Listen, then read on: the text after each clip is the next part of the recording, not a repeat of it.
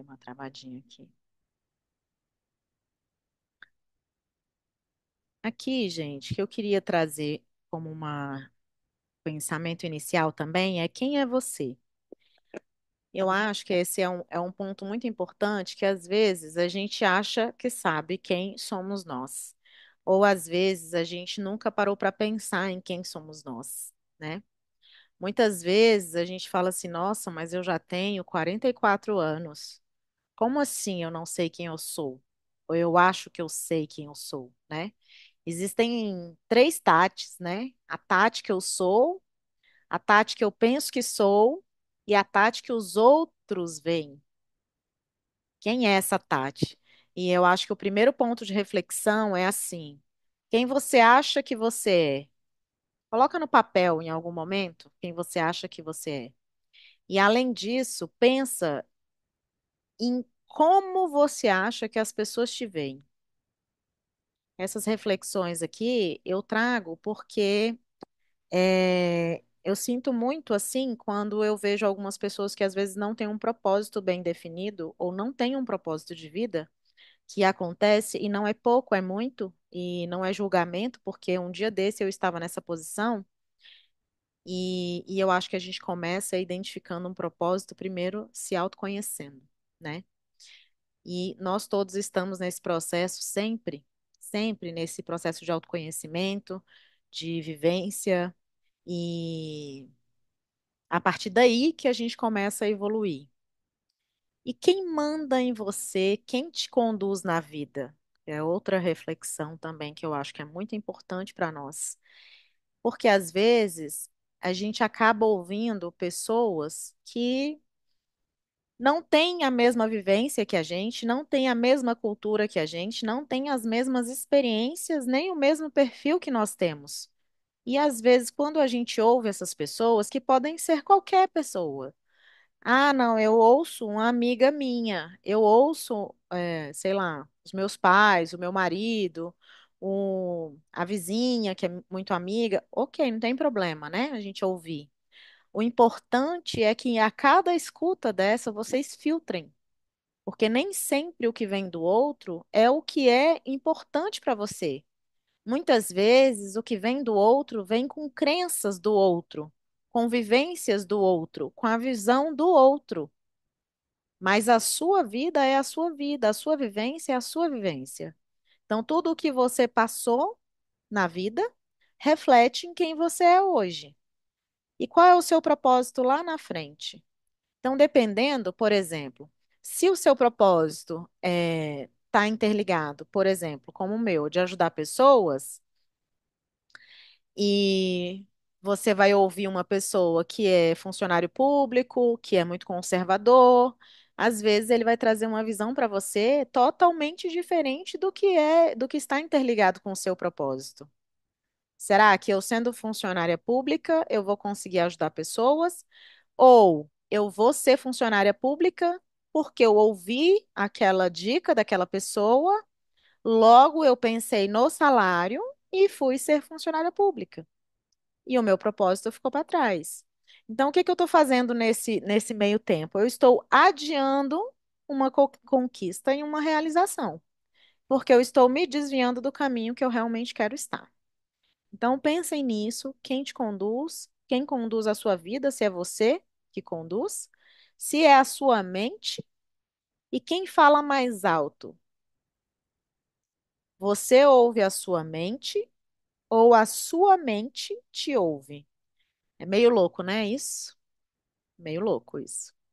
Depois piora um pouquinho. Quem é você quando precisa tomar uma decisão? O que que você faz? Você busca a dica de alguém? Ou você vai na onda da sua mente? E aí, voltando um pouquinho nesse ponto, é assim. Eu gosto sempre de dar esse exemplo depois que eu participei dessa palestra do Murilo Gun. Murilo Gun, não sei se vocês conhecem, mas depois vocês podem seguir ele no Instagram que vocês vão ver lá algum vídeo dele falando sobre isso, mas que ele traz uma visão assim. Existe o céu e existem as nuvens. Imagine que quem é o céu? E quem são as nuvens?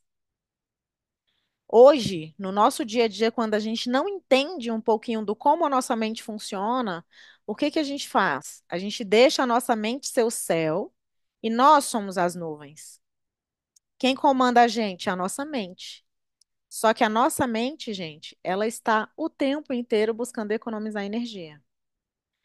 E quanto mais coisas para fazer, mais energia a nossa mente vai querer economizar.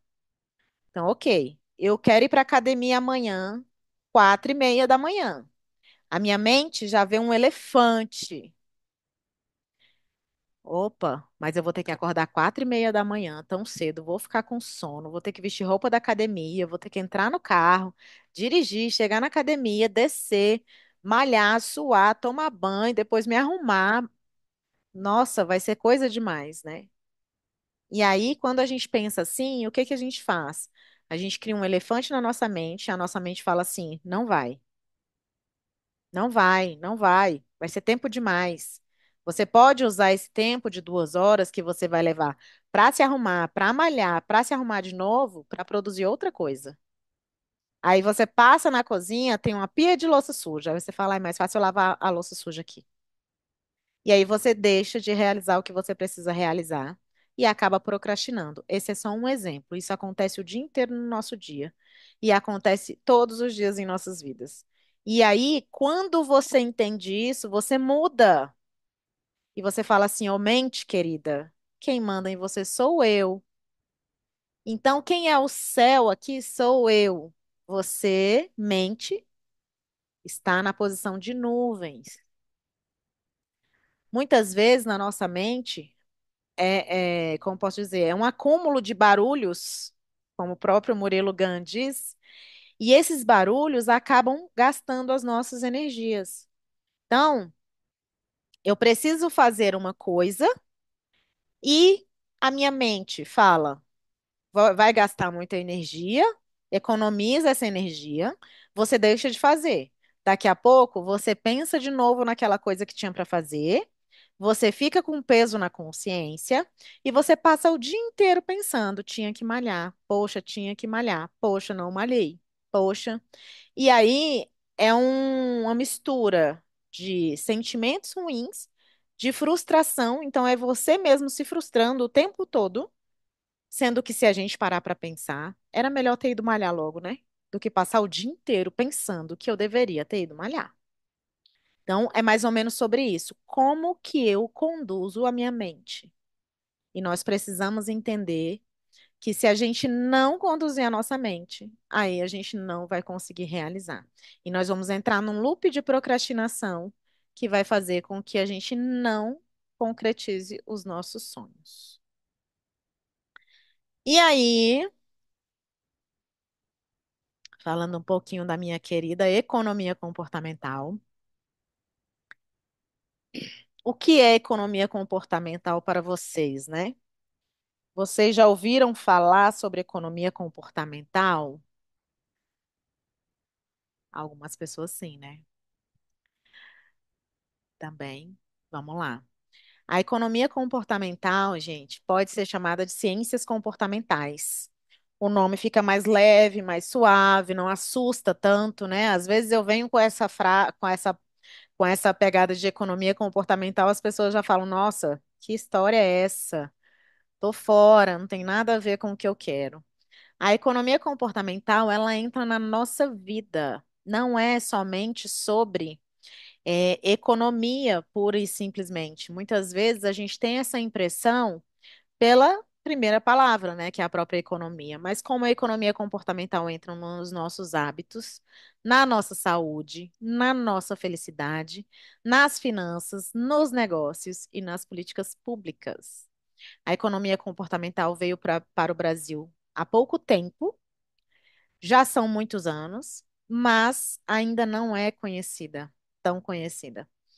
E a Behavioral Lab, que foi a empresa que eu atuei aí, que Gisele também esteve comigo aí, né, Gisele?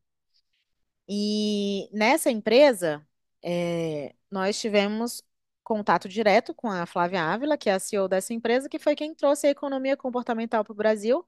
Ela é referência nesse tema aqui no Brasil. Escreveu o guia de economia comportamental.org e foi muito bacana essa experiência, essa vivência com ela. E eu quero trazer aqui para vocês o conceito de economia comportamental. O que que é, né? A economia comportamental é uma ciência e ela estuda psicologia, neurociência e economia para entender o que que acontece na mente das pessoas quando vão tomar uma decisão. E aí, quando eu falo de decisão, eu falo de decisões simples do dia a dia, de decisões de adultos, de decisões de criança, de decisões conscientes e inconscientes. E aí entra em contraste aí com a visão tradicional da economia, que é a visão tradicional da economia, o foco são os agentes econômicos, né? Racionais, maximizadores aí de utilidades. Já a economia comportamental, ela considera esses aspectos psicológicos, emocionais e sociais que podem influenciar aí nessas decisões ao final. Opa, apertei aqui errado. E eu trago também muito da liderança com a economia comportamental, como a gente pode compreender, né? Os vieses cognitivos, as heurísticas que afetam os comportamentos dos líderes, dos liderados e dos clientes. Quando a gente entende da economia comportamental, a gente consegue gerar mudanças, intervenções no ambiente, que eu vou falar aqui com vocês mais à frente, onde a gente consegue moldar, direcionar o nosso comportamento. Uma vez que eu entendo como direcionar o meu comportamento, eu entendo como direcionar o comportamento do meu liderado. E eu entendo que eu posso ensiná-lo também isso. E também posso direcionar o comportamento do meu cliente. Por que que a gente fala da economia nesse sentido? Porque se eu direciono o comportamento do meu cliente, ele pode ter mais consumos. Ele pode consumir mais na minha empresa. Dependendo da minha abordagem, dependendo da intervenção que eu crio no meu espaço físico, dependendo de cada empresa, dependendo da forma com que eu falo de alguma coisa, eu consigo criar algumas intervenções para que ele entenda melhor, o que se passa e o como ele pode aproveitar melhor daquele produto. E aí a mudança de mindset, né? O como a gente vê esses momentos, maior engajamento do time também é possível aplicar economia comportamental e melhores resultados também.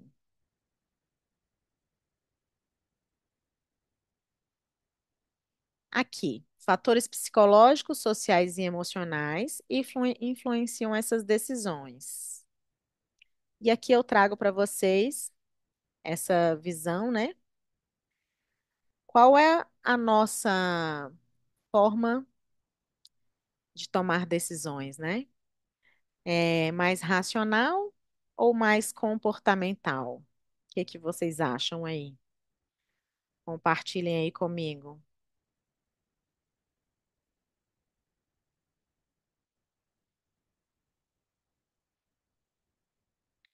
Me contem.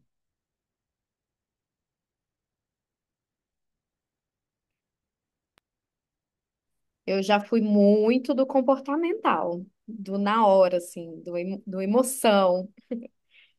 Tenho aprendido a parar, respirar, ir um pouquinho pro racional, mas ouvindo um pouquinho o coração também, mas sem ser tanto no impulso, né? Uhum, Então, aí equilibrar esse emocional e racional, o comportamento, tentando tirar o impulso dessas decisões. uhum. E isso é o mais importante, né? Porque quando a gente toma decisões por impulso, muitas vezes a gente toma decisões que não são as melhores, né? Pode falar, Carol. Ultimamente eu tenho ficado muito no comportamental, indo muito na emoção, né? Me deixando levar muito pela emoção, tratando disso porque os resultados não têm sido assim dos melhores, né? Então, tentando aí arrumar um equilíbrio, conseguir um equilíbrio entre o comportamental e o racional, porque a gente não consegue também ser 100% racional o tempo inteiro, né? Mas Isso, ser regido totalmente pelo comportamental também leva a gente aí ladeira abaixo. exatamente. Eu ouvi uma pessoa falando assim, que no final das contas, né, a gente olha hoje para as decisões que são mais emocionais, ou seja, decisões que são tomadas pelo coração, como algo negativo, né? Mas essa pessoa estava reivindicando isso, tipo assim, eu não concordo com isso e eu vou estudar sobre isso, porque eu tenho certeza que existem decisões que são tomadas pelo coração, que são decisões boas, que a gente tem que saber ouvir o que é barulho da nossa mente e o que vem do nosso coração, que é positivo, né? Não é fácil, hein, gente? É um desafio. Mas eu acredito muito nisso. Quando vem do coração, a gente consegue identificar. Quando vem do barulho da mente, eu acho que a melhor forma da gente tomar a melhor decisão é não tomar a decisão naquele momento, né? É talvez frear, pensar. Vou no shopping, eu faço muito isso. Vou ao shopping, tento não comprar na primeira loja que eu entro. Dou uma saída, dou uma respirada e volto depois para consumir. Porque a gente volta com outra visão, né? Bom, vamos lá. Seguindo aqui, o que aqui a economia comportamental entra diretamente, né, nas nossas escolhas, nos nossos hábitos, nas nossas experiências, nas soluções. E aí achamos que estamos no controle da situação, porém os vieses cognitivos nos conduzem a algumas tomadas de decisões. Somos racionais, mas temos processos inconscientes e emoções que acabam influenciando as nossas decisões o tempo todo. Isso acontece, a gente não percebe, ou às vezes até a gente percebe, mas a gente acaba caindo. E aí eu queria falar com vocês sobre sistema um e sistema 2. Então, nós temos duas formas de pensar na nossa mente, que é o sistema um e o sistema 2. Essas duas formas de pensar, elas andam com a gente frequentemente, com nós todos. Tem pessoas que às vezes acionam mais o sistema 2, tem pessoas que às vezes acionam mais o sistema um. O sistema um, ele é o sistema rápido e intuitivo, emocional, difícil de controlar, justamente porque ele entra no automático. Demanda menos energia e onde se encontra a maioria das decisões, no sistema um. Nós não falamos lá no início que o nosso cérebro está o tempo inteiro tentando economizar energia? Quando ele tenta economizar energia, ele entra no automático. Ele entra no automático, ele entra no sistema um. Então, o sistema um é: eu acordo, levanto da cama. E o sistema 2 já é algo mais inconsciente, lento, exige raciocínio. Tenho que fazer um cálculo, um mais um é 2. Eu acionei o sistema um. Tenho que fazer um cálculo, 242 mil, ponto, não sei o que, não sei o que lá, mais 342 mil é tanto. Eu preciso parar, pensar, exige raciocínio, é trabalhoso, é lento, é consciente. Eu preciso parar e pensar para poder fazer esse cálculo. Então, eu aciono o sistema 2. O sistema 2 é preguiçoso, então, ele é menos acionado normalmente, requer mais energia, menos frequente, tá? Então, é sobre isso que a gente estava falando ali no início. É, pode falar. Valdélia? Oi? Oi, você quer falar, meu amor? Não, era na parte quando você vai tomar uma decisão, né? Quando a gente é mais Aham, nova, a gente sempre toma aquela decisão meio que no impulso, né? Os isso. anos vão passando, você vai analisando que aquilo ali não te leva a nada. Uhum, Quando você raciocina, que você dá conta de segurar, respirar fundo e dizer, hoje não é o dia da decisão. isso. Aí você tá fazendo a coisa certa. Eu, assim, hoje eu vejo nesse formato. né? Isso. Com mais tempo, com mais experiência, a gente pega um formato que fica bom para a gente, né? Uhum. Até na parte emocional, porque tem hora que às vezes o ser humano tira o outro do prumo. Isso. Sim, exatamente. E você sabe que isso está diretamente ligado à maturidade, não necessariamente à idade. Então, assim, existem pessoas que são idosas, mas que ainda não têm essa visão. E existem pessoas que às vezes são mais novas, mas que tiveram algumas vivências ou experiências que trouxeram essa maturidade, sabe? Mas é isso mesmo. E é esse autoconhecimento que faz com que a gente evolua, né? É justamente identificar quais são os pontos e fazer essa análise mais detalhada para uma tomada de decisão. É exatamente isso. Então, nesse momento, você, Valdélia, aciona mais o sistema 2. Então, assim, tem momentos que a gente consegue dar esse freio e falar: opa, antes de eu conhecer a economia comportamental, eu vivia no sistema 1. E aí, depois que eu conheci a economia comportamental, muitas vezes a gente estava em algumas reuniões e falava: opa, peraí, gente, vamos aqui, a gente precisa acionar o sistema 2. É sobre isso, sabe?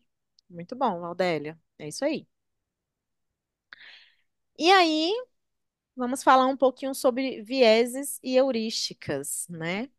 Aqui eu trago uma imagem para vocês, onde mostram aqui milhões de vieses que nós temos e carregamos aqui na nossa mente. Isso também, né, é, alguém vai falar? Não, né? Isso também, gente, está muito interligado. Eu gosto de trazer sempre uma visão também junto com crenças, sabe? Porque às vezes a gente carrega algumas crenças que nos levam a alguns vieses. Então, o que são as heurísticas, né? Deixa eu começar aqui pelas heurísticas. São atalhos ou respostas rápidas que a nossa mente utiliza para poder encontrar algumas soluções mais rápidas, mais fácil. Isso acontece naturalmente. Quando a gente vê, a gente já tomou alguma decisão ali de uma forma mais rápida, né? É uma forma de substituir coisas difíceis por coisas fáceis. São procedimentos simples para resolver problemas difíceis. Útil, mas pode levar a respostas imperfeitas e nos levam a alguns vieses cognitivos. E o que são os vieses, né? São erros sistemáticos do pensamento, quando o nosso julgamento se desvia do que é desejado. Então, às vezes eu tenho algumas crenças que faz com que eu tenha algumas percepções de algumas coisas. E aí eu acabo ficando enviesada, né? A gente acaba usando esse termo muitas vezes, né? Não é um erro causado por ignorância. São erros baseados nas heurísticas, porque eu acabo entrando no automático. E aí eu chego a deduções, que às vezes não são as melhores deduções. Por que que isso ocorre? Para poupar energia, como nós falamos lá no início, abreviar as escolhas para cada tomada de decisão, e o nosso cérebro não quer gastar energia mental. E ele acaba trabalhando contra a gente, né? Então, por meio desses conceitos, nós podemos entender aí quais são as influências, né? Cognitivas, sociais, emocionais, conscientes ou inconscientes que nos afetam na hora de tomar uma decisão. Então, a gente vem com uma carga muito, algumas vezes, pesada, que faz com que a gente tenha algumas deduções automáticas que faz com que a gente tome decisões que não são as melhores.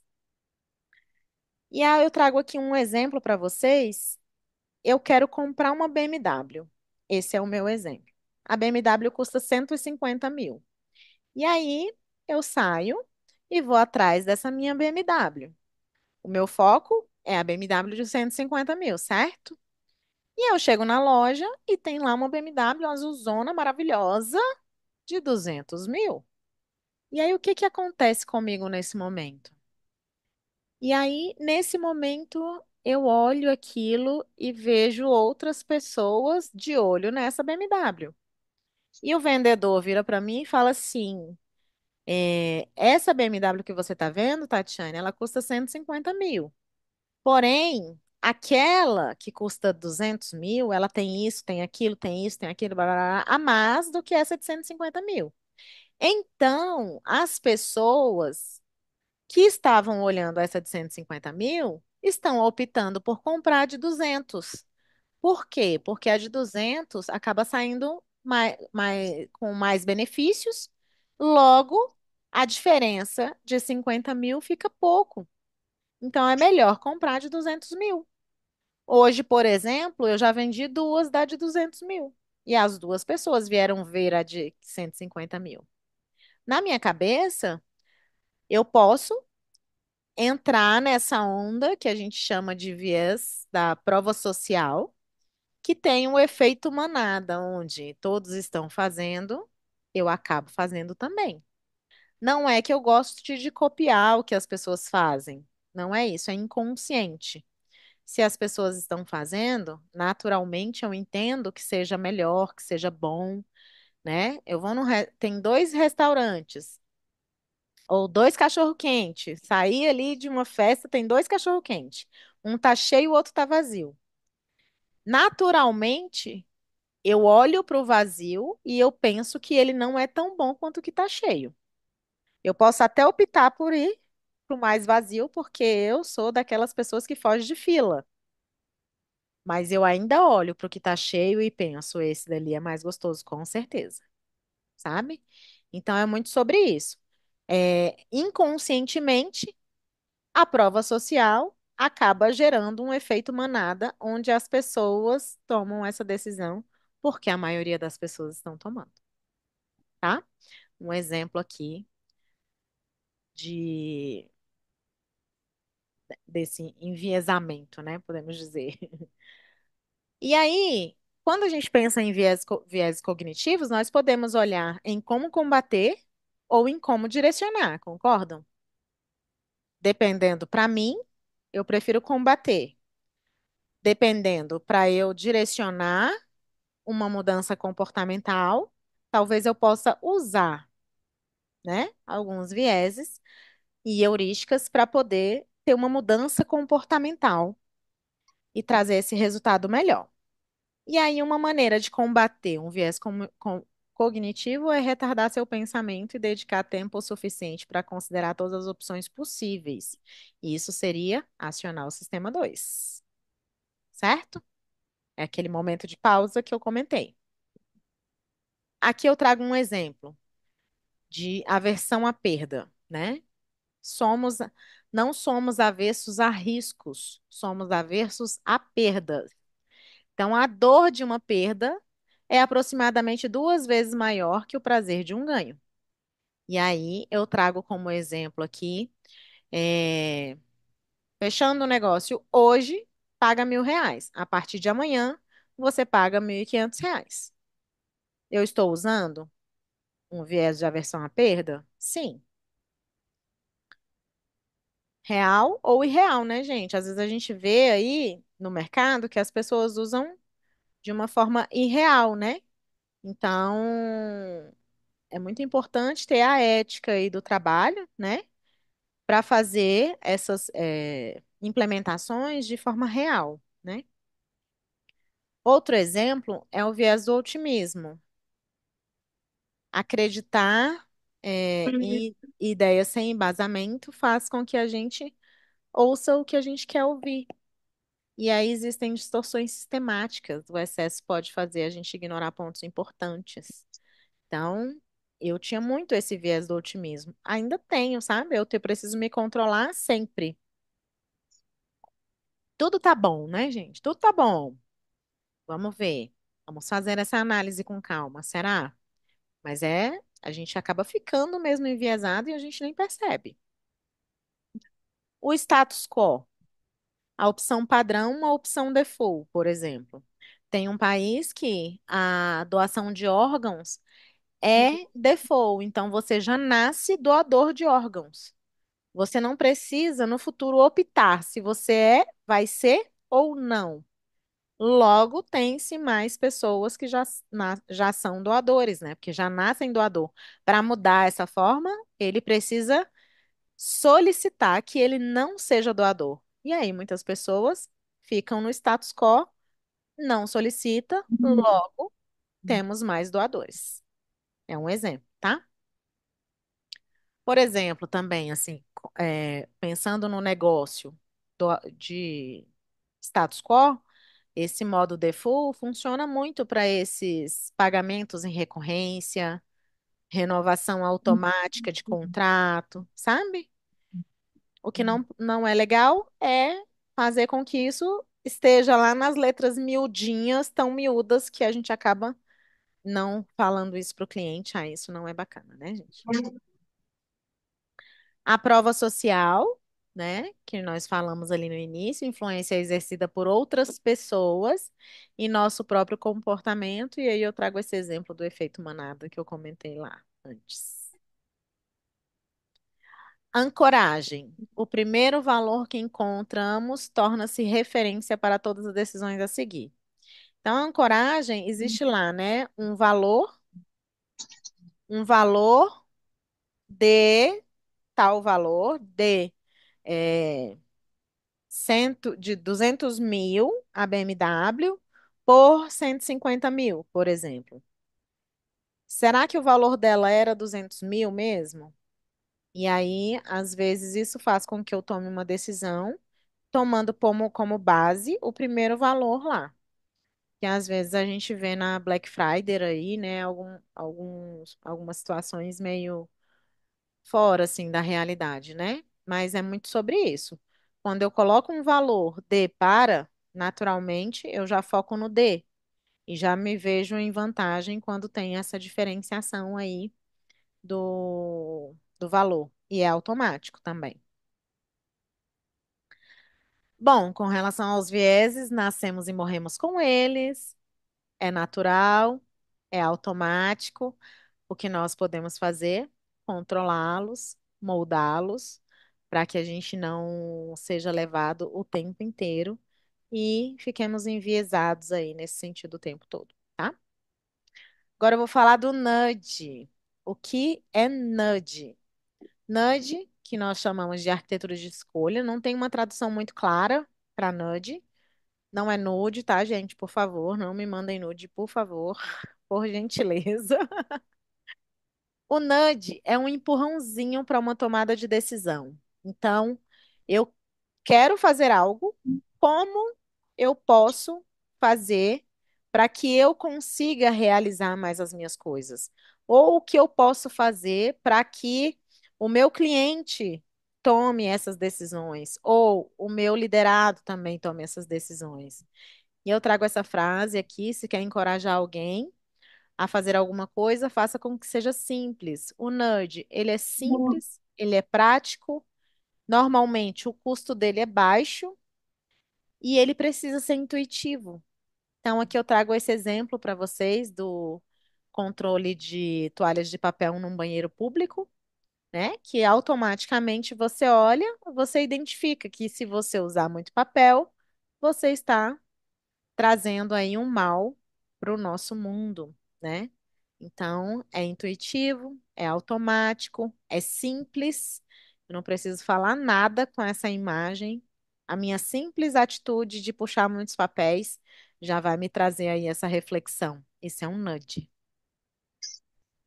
Esse exemplo aqui, que é referência na economia comportamental, que é a mosquinha no mictório masculino de um aeroporto de Amsterdã, onde o nível de sujidade dos mictórios masculinos estavam muito alto. Logo, o aeroporto decidiu aplicar a economia comportamental e colocou um adesivo de mosca no fundo do mictório. O que aconteceu? Redução em 80% do nível de sujidade dos mictórios masculinos, porque os meninos queriam acertar a mosca. Naturalmente, uma direta. Pensa, gente, automática, sem ninguém precisar colocar uma plaquinha escrita, acerte a mosca, nem mesmo não suje o banheiro, não precisa dizer nada. É automático, é intuitivo. Então a pessoa vê a mosca, vai mirar na mosca, né? Aí, na semana retrasada, uma amiga me mandou uma mensagem e falou assim: Amiga, eu preciso de dicas para o desfraude do meu filho. Aí eu falei: É? Então vamos aplicar economia comportamental no desfraude do seu Uhum. filho. Pegue um adesivo que ele gosta muito, coloque no fundo do vaso sanitário e fala para ele, incentiva ele acertar a mosca. Pelo menos ele é menino, já facilita a vida. A minha menina, você já está podendo aplicar a economia comportamental. Agora pense que pode ter uma falha no processo aí, de repente ele querer pegar o adesivo, né? Se ele quiser pegar, aí talvez o seu nudge não vai ser para o desfraude, vai ser para natação. E a criança vai mergulhar para pegar o adesivo.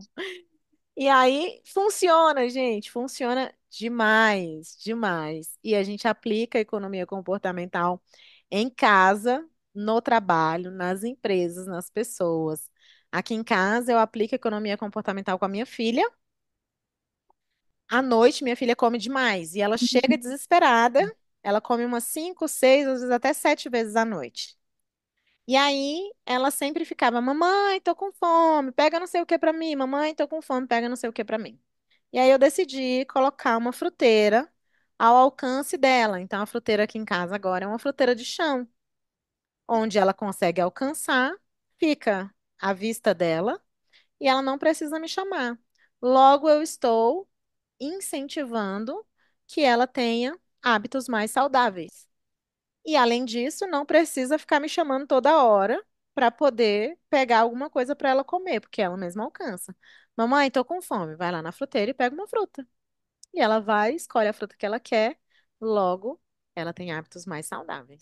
Então, isso é um nudge. É uma forma que eu consigo criar uma intervenção no ambiente onde a pessoa tenha uma tomada de decisão melhor, tá? Beleza, outro exemplo aqui que eu gosto muito é essa faixa de pedestre em 3D, né? A pessoa tá vindo dirigindo, vê uma faixa de pedestre em 3D, umas pessoas atravessando, tem umas que tem desenho de crianças. Logo, naturalmente e automaticamente, o que eu vou fazer? Eu vou frear, porque eu vou, às vezes, até levar um sustinho ali. Nossa, uma faixa de pedestre ali, né? Achando que eu vou passar por algo mais alto e não. Então, isso aqui também, aqui é um exemplo, né, aplicado muito na área pública, a economia comportamental.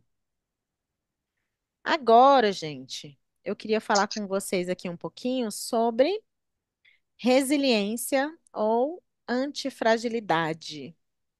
A gente fala muito de resiliência, né? Eu sempre falei muito de resiliência, muito mesmo. E aí,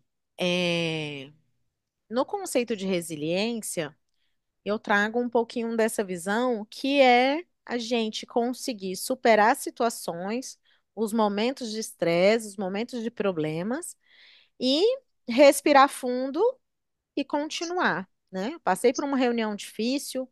Como que eu chego no meu time depois que eu passei por essa reunião difícil?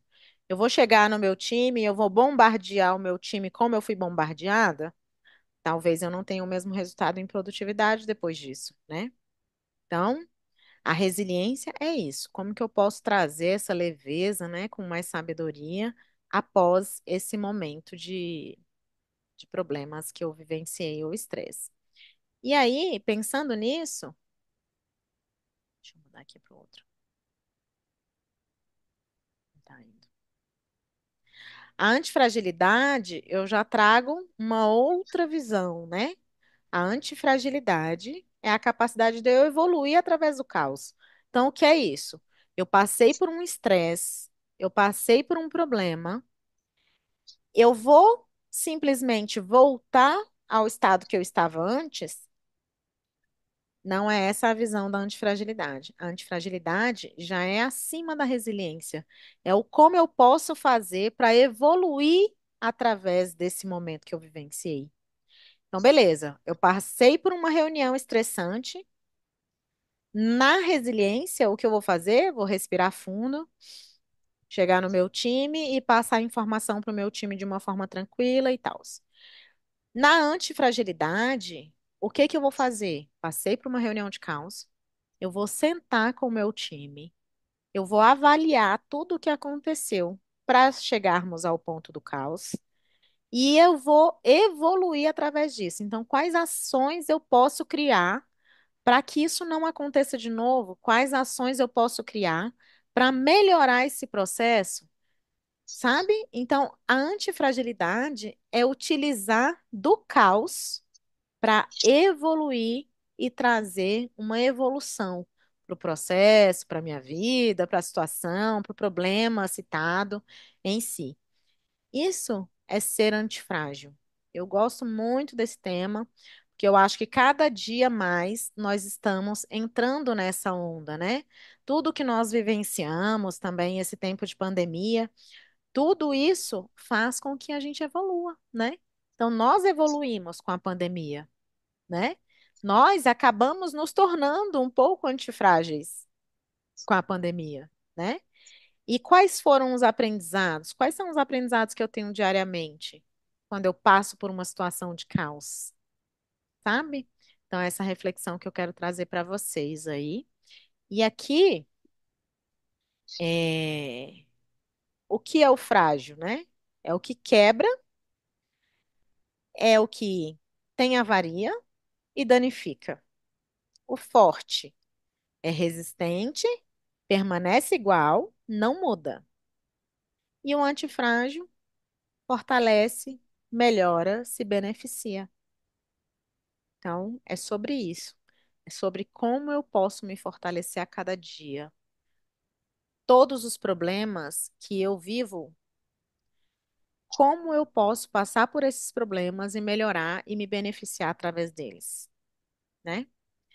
Problemas, gente, nós todos temos todos os dias e nós vamos continuar tendo. E graças a Deus, porque isso significa que temos vida, né? Uma vida sem problemas não existe. Nem tá para nascer.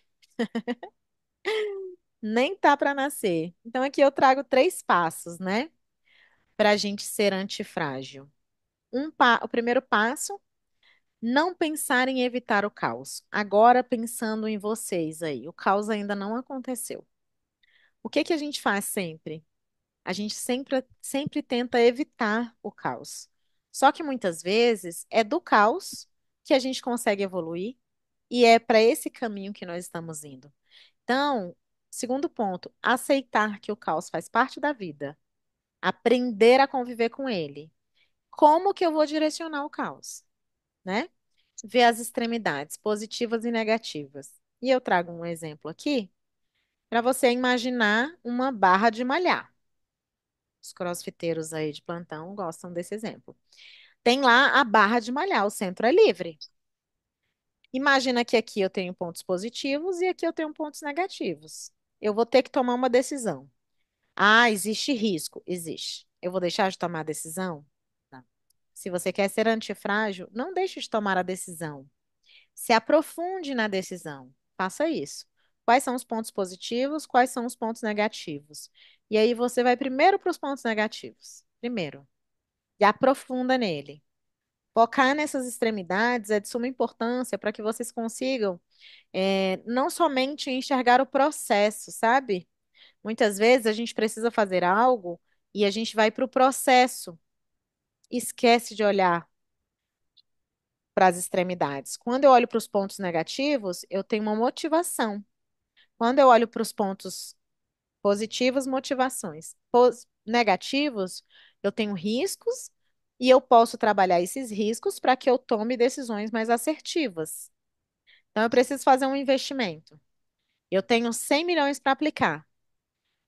Eu vi que existem riscos. O que que eu vou fazer para ser antifrágil? Eu vou investir um pouquinho em cada canto. Onde, após eu avaliar que existem pontos negativos, eu vejo que tem um risco maior nesse aqui, eu vou deixar de investir nesse aqui? Não, mas eu posso fazer um teste pequeno. E aí, quando eu faço esse teste pequeno, Eu estou sendo antifrágil, porque eu estou aplicando. E entra muito na nossa vivência, né? Muitas vezes a gente deixa de arriscar por medo. Quantas vezes, né, gente? Em simples decisões, até, sei lá, mudança de carreira. Eu preciso tomar uma decisão na minha vida, na minha carreira. Eu não quero mais fazer esse trabalho, eu quero ter mais liberdade, mais qualidade de vida. Mas eu não tenho coragem porque eu não quero, sei lá, pedir demissão. Você precisa pedir demissão? Quais são os pontos positivos e os pontos negativos? Quais são os riscos?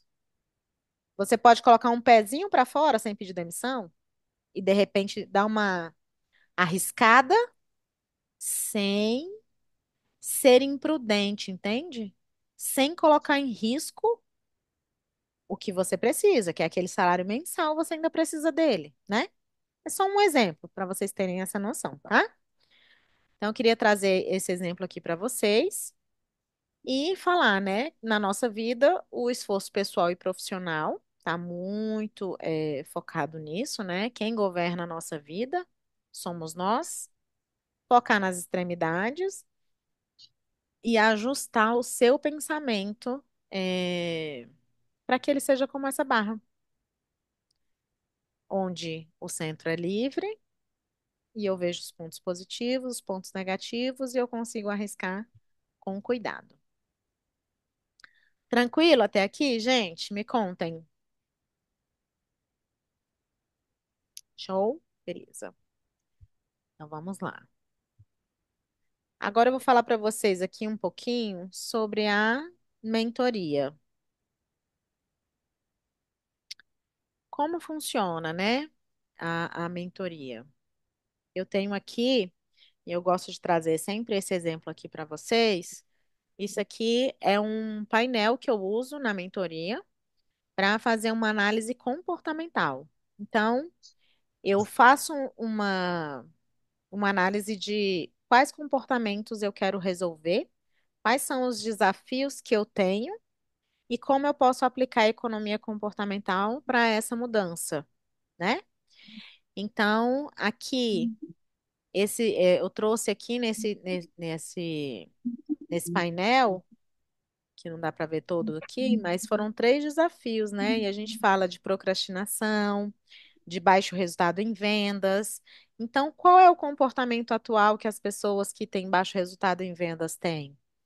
Qual o comportamento que eu desejo, né? Quais são os vieses que estão interligados a esses comportamentos e quais são os nudges que eu posso utilizar para mudar esse comportamento e criar esse plano de ação aqui, sabe? Aqui é um exemplo que eu trago que a gente pode fazer isso, que é muito bacana.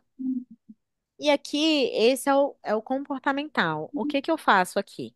Tem um teste comportamental que nós aplicamos, e nesse teste comportamental sai quatro tipos de comportamentos. Então, eu aplico esse teste com o líder pode aplicar esse teste com o funcionário, né, com o liderado, ou com o familiar. Aqui em casa só minha filha não fez porque ela tem 4 anos, né? Então, ela não deu para entrar na onda do teste comportamental, mas até o maridão entrou. E aí aqui eu consigo identificar, né? Esse aqui é um resultado de um teste comportamental, esse aqui é outro resultado. Então, quais são os comportamentos dessa pessoa? Ah, ela gosta de fazer diferente, é uma pessoa criativa, intuitiva, com foco no futuro, distraído, curioso, pontos fortes, pontos de melhorias, motivações. E aí, quando eu penso aqui em pontos de melhoria, falta de atenção para o aqui e agora. Então, o que que eu posso criar de intervenção com a economia comportamental para trazer uma alteração desse perfil? E aí, quando eu trago alguma alteração do perfil aqui, eu penso no líder inicialmente. E o líder pensa no liderado. E que também pensa no cliente, sabe? Quando esse perfil comportamental um aqui, quando eu converso com uma pessoa, eu consigo identificar que ela tem esse perfil comportamental. Nem sempre eu preciso aplicar o teste. Se eu conversar só uma vez, é lógico que fica mais difícil. Mas se eu identifico que ela tem esse perfil comportamental, ou esse aqui, ó, que ela é mais sensível, ela é uma pessoa de relacionamentos, tradicional. O que que acontece quando eu identifico que um cliente tem um perfil desse? Pode saber, gente, que se eu for para uma reunião com um cliente que tem um perfil desse aqui, e eu falar para ele assim, olha, bora conversar aqui, eu tenho só 20 minutos para a gente conversar, é como se fosse uma afronta para ele, sabe? Porque ele é sensível, ele gosta de conversar, aqui, ó, gosta de uma comunicação harmoniosa, uma comunicação aberta, mas ele é sensível. Então, eu tenho que ter esse cuidado, eu tenho que ir para uma reunião com esse cliente e eu tenho que falar assim, eu vou ter que ficar o tempo que for necessário. E às vezes o meu perfil é contrário do dele.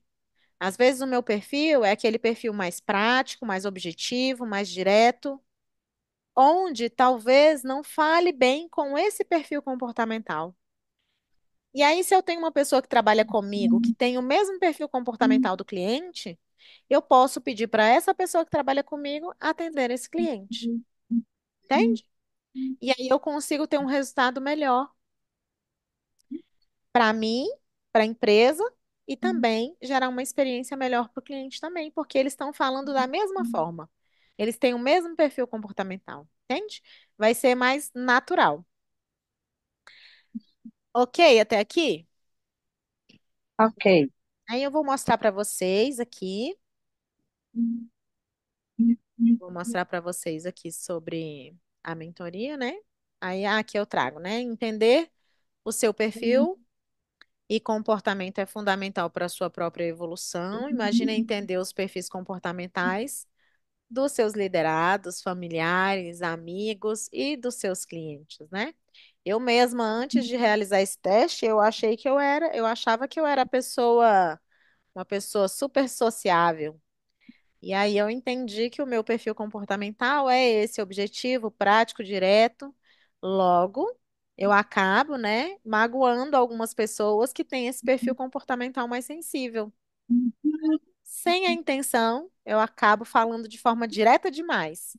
E aí eu entendi que eu preciso mudar a minha forma de comunicar com essas pessoas. Isso é muito bacana, sabe, gente?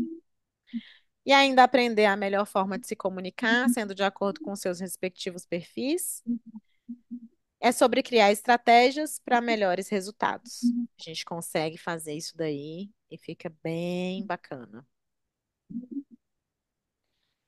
É, aqui, já falando da mentoria, né? O que é a mentoria, que vocês já sabem, que é justamente esse relacionamento profissional, onde uma pessoa que tem alguma mais experiência em alguma área consegue, de forma mais rápida, trazer alguns aconselhamentos, apoios, orientações, como um mentor, para acelerar o seu processo de desenvolvimento, sem que você precise estudar e se aprofundar em alguns temas que talvez você não tenha nem tempo para poder realizar esse aprofundamento, né?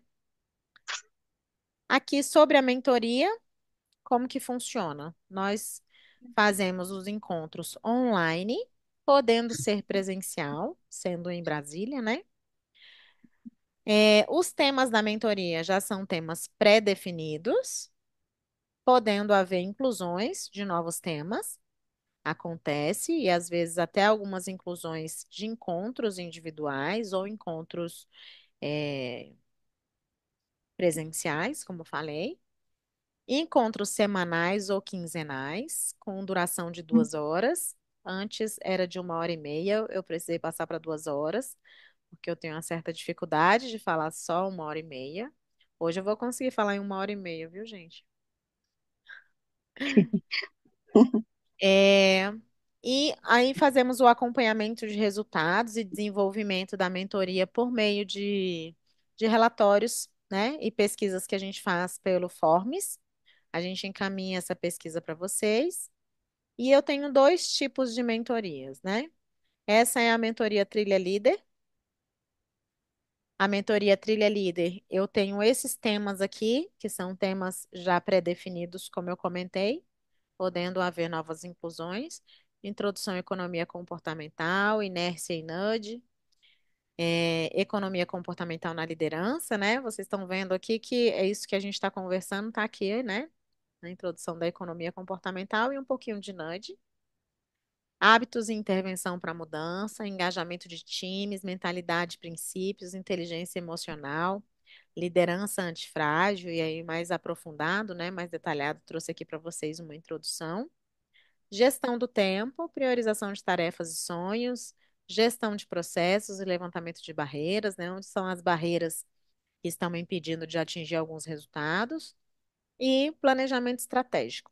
Então, esses são os pontos aqui que a gente aborda inicialmente na mentoria, mas sempre a gente faz algum outro direcionamento dependendo do time e dependendo do desenvolvimento das nossas mentorias, tá? A mentoria Trilha Líder, eu tenho a mentoria Trilha Prata, Trilha Ouro, Trilha Premium. Na Trilha Prata, são 4 encontros com gravações e materiais. Na Trilha Ouro, 6 encontros. Na Trilha Premium, 2 encontros. Todos eles com gravações e com materiais também. Então, você entra na mentoria, tem o primeiro encontro sempre é individual, que é esse é o momento que a gente faz esse direcionamento, uma análise do momento que você está, para poder você entrar no grupo já encaminhado no mesmo ritmo que o grupo tá bom? A mentoria Trilha Prata é 5.000, 12 de 417. A Trilha Ouro, 7.500, 12 de 625. E a Premium, 15.000, 12 de 1.250. E aí, aqui, a Trilha Ouro, o que eu estou trazendo aqui de presente para vocês, né? É que a trilha premium, com 12 encontros, que seria R$ 15.000, eu estou fazendo pelo valor da trilha ouro, mantendo os 12 encontros. Então, Tati, eu tenho interesse em 12 encontros. Aí você vai pagar 7.500, 12 de 625. Eu tenho interesse na trilha ouro, 6 encontros. Na Trilha Ouro, 6 encontros. Aí eu vou passar para você por R$ 5.000. E você vai usufruir dos 6 encontros, gravações e materiais, tá? E a mentoria para mentores. A mentoria para mentores eu nem divulgo no Instagram, né? Eu comecei a ter uma procura alta por essa mentoria, porque eu contratei uma mentoria high ticket, paguei por essa mentoria para construir a minha mentoria. E aí eu comecei a ter algumas procuras e eu estou aplicando esse conhecimento também, caso alguém tenha interesse. Então, o que eu trago nessa mentoria para mentores? Eu quero mudar de carreira, ou eu quero manter o que eu faço, mas eu quero em paralelo fazer esse trabalho também. E eu quero muito ajudar pessoas, mas eu ainda não me encontrei, não sei como eu posso fazer isso, qual tipo de conhecimento eu tenho que eu possa ajudar pessoas. Será, né? Tem muita gente que às vezes se pergunta, né? Será que eu posso ser uma mentora? Né? E aí eu consigo mostrar para vocês aqui que muitas vezes a gente fica travado por conta de crenças, medo, medo de arriscar, e a gente acaba deixando de realizar alguns sonhos por conta disso, né? E aqui, o que que eu trago nessa mentoria?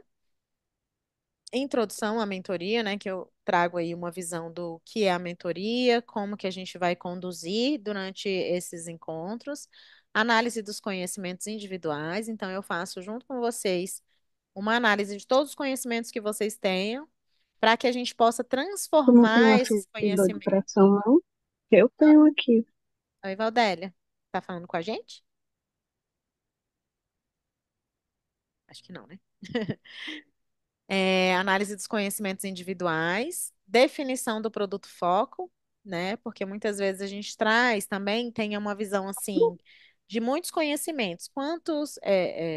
Eu tenho muitos conhecimentos e eu não sei como direcionar isso. E aí eu acabo é, falando de muitas coisas.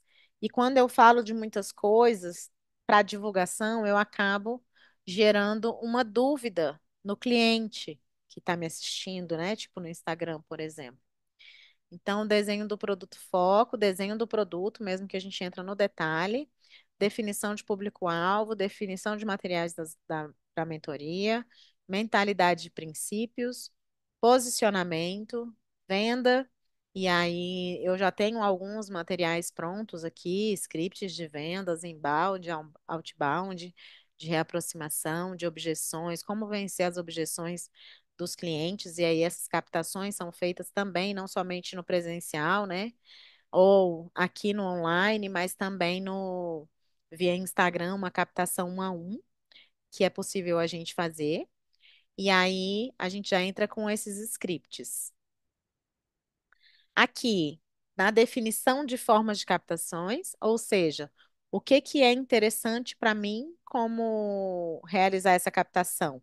Qual o perfil que eu tenho? Eu gosto de fazer essa captação ou não? É presencial ou online? Qual o meu perfil para fazer esse tipo de captação que eu gosto mais, né? A criação de forms para mentoria, como que eu posso fazer esses forms, qual a melhor estratégia, em qual momento enviar, criação de. A gente fala sobre a mentoria high ticket, trazendo essa visão da mentoria high ticket, que hoje em dia já está ficando comum aí, a gente tem visto cada dia mais a possibilidade de escalar, ter mais qualidade de vida, podendo trabalhar onde a gente estiver, o tempo que a gente puder, né, e escalar ao ponto de receber e conquistar os nossos sonhos com relação a ter mais prosperidade e tal.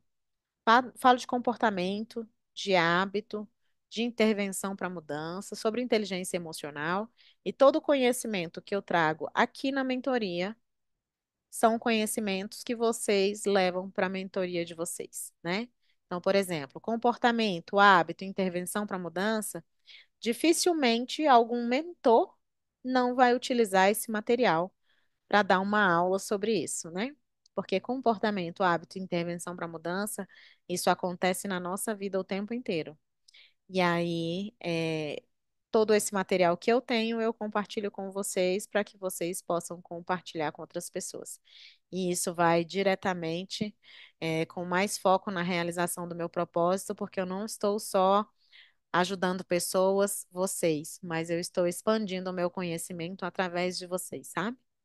Então, isso para mim é muito importante. Por isso que eu criei essa mentoria.